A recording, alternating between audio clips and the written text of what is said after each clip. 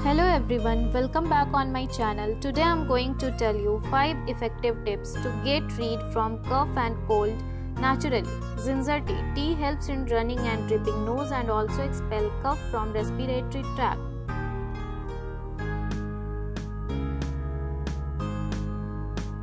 Mixture of lemon, cinnamon and honey. Take half spoon honey, few drop of lemon and pinch of cinnamon.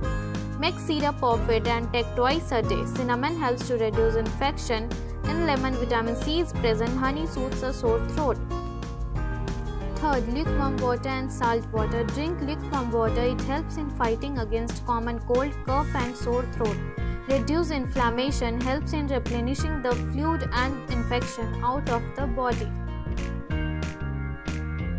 Fourth, ginger tulsi mixture. Extract the juice from ginger and some crushed tulsi leaves and 1 spoon honey. Mix all the ingredients properly.